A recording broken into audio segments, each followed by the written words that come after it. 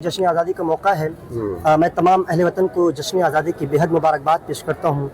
और जैसे आपने वतन परस्ती की बात की है, तो जितना ये वतन और लोगों का उतना मुसलमानों का है, ये बात एक मुसल्लम बात है, इसमें कोई दो राय नहीं है।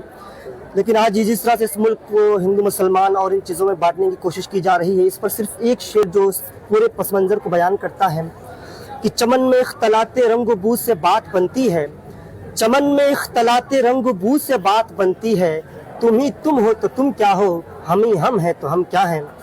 और जिस तरह से ग़ुलामी से पहले जब ग़ुलाम थे हम लोग, तब हिंदू मुसलमान सिख ईसाई सब लोग मिलकर इस मुल्क को आज़ाद कराने के लिए लड़े थे, जानों का नजराना पेश किया था।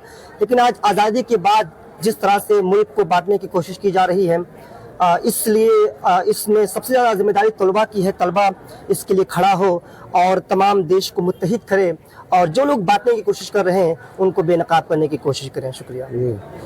आपने हमसे बातचीत किया और हमें फ़ख्र है कि हम हिंदुस्तानी हैं, और आज हम तमाम मुजाहिदीन आज़ादी को खराज अक़ीदत पेश करते हैं और उनकी कुर्बानियों को सलाम करते हैं। और उन्होंने जो कहा वो सच कहा कि न तेरा है न मेरा है, ये हिंदुस्तान सबका है, न समझी गई बात तो नुकसान सबका है।